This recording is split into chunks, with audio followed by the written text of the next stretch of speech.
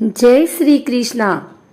आइए सुनते हैं आज गुरुवार के दिन भगवान विष्णु और माँ लक्ष्मी की यह कथा। यदि कोई व्यक्ति अपने जीवन में धन का वास चाहता है तो हमेशा ही माँ लक्ष्मी के साथ भगवान विष्णु की आराधना अवश्य करे। इन दोनों का रिश्ता काफी शुद्ध व सर्वश्रेष्ठ माना जाता है।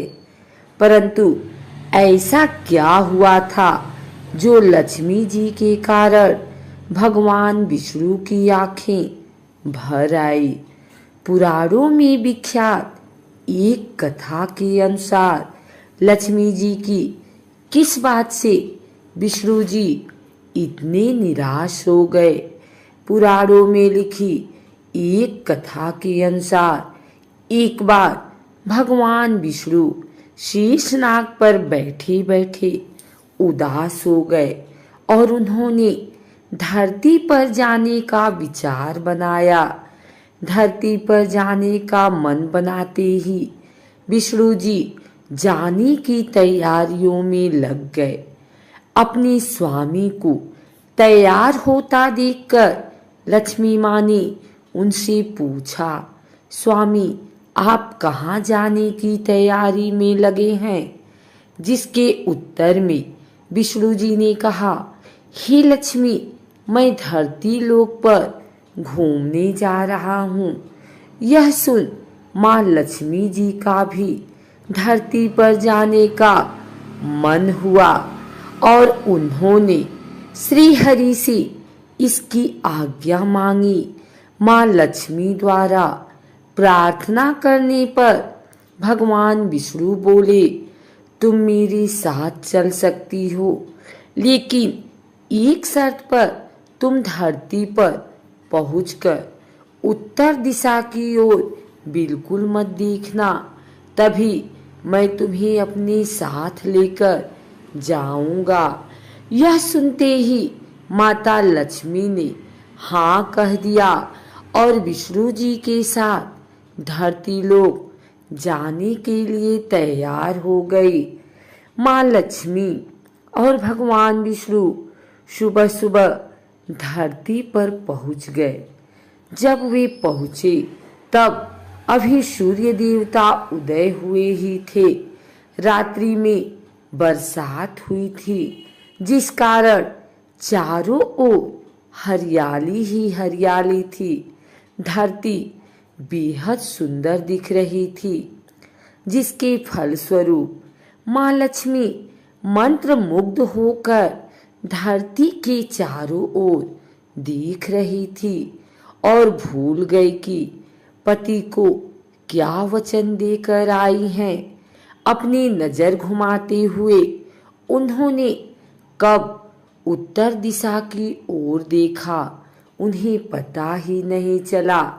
मन ही मन मुग्ध हुई माँ लक्ष्मी जी ने जब उत्तर दिशा की ओर देखा तो उन्हें एक सुंदर बगीचा नजर आया।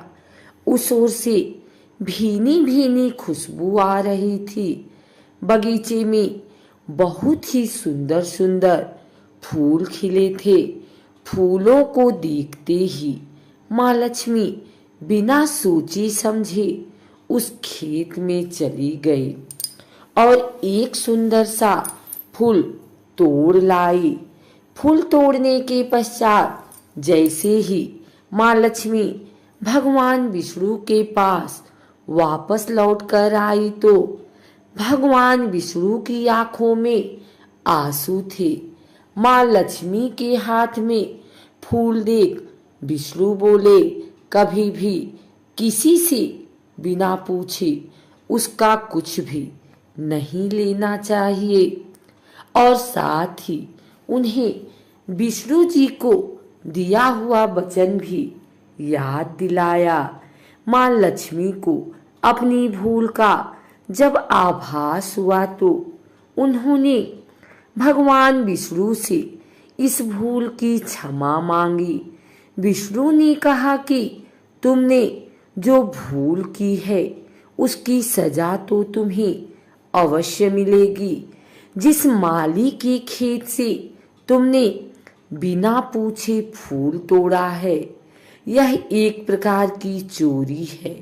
इसीलिए अब तुम 3 वर्ष तक माली के घर नौकर बनकर रहो। उसके बाद मैं तुम्हें वैकुंठ में वापस बुलाऊंगा। भगवान विष्णु का आदेश माँ लक्ष्मी ने चुपचाप सर झुकाकर मान लिया, जिसके बाद माँ लक्ष्मी ने एक गरीब औरत का रूप धारण किया और उस खेत के मालिक के घर गई। माधव नाम के उस मालिक का एक झोपड़ा था, जहां माधव की पत्नी, 2 बेटे और 3 बेटियां रहते थे। माँ लक्ष्मी जब एक साधारण औरत बनकर माधव के झोपड़े पर गई तो माधव ने पूछा, बहन तुम कौन हो? तब माँ लक्ष्मी ने कहा, मैं एक गरीब औरत हूँ, मेरी देखभाल करने वाला कोई नहीं। मैंने कई दिनों से खाना भी नहीं खाया, मुझे कोई भी काम दे दो, मैं तुम्हारे घर का काम कर दूंगी और इसके बदले में आप मुझे अपने घर के एक कोने में आसरा दे दो। माधव बहुत ही अच्छे दिल का मालिक था। उसे दया आ गई, लेकिन उसने कहा, बहन मैं तो बहुत ही गरीब हूँ, मेरी कमाई से मेरे घर का खर्च काफी कठिनाई से चलता है। लेकिन अगर मेरी 3 की जगह 4 बेटियां होती तो भी मुझे गुजारा करना था। अगर तुम मेरी बेटी बनकर जैसा रूखा सूखा हम खाते हैं उसमें खुश रह सकती हो तो बेटी अंदर आ जाओ। माधव ने माँ लक्ष्मी को अपने झोपड़े में शरण दी और माँ लक्ष्मी 3 साल उस माधव के घर पर नौकरानी बनकर रही। कथा के अनुसार कहा जाता है कि जिस दिन माँ लक्ष्मी माधव के घर आई थी, उसके दूसरे ही दिन माधव को फूलों से इतनी आमदनी हुई कि शाम को उसने एक गाय खरीद ली। फिर धीरे धीरे माधव ने जमीन खरीद ली और सबने अच्छे अच्छे कपड़े भी बनवा लिए।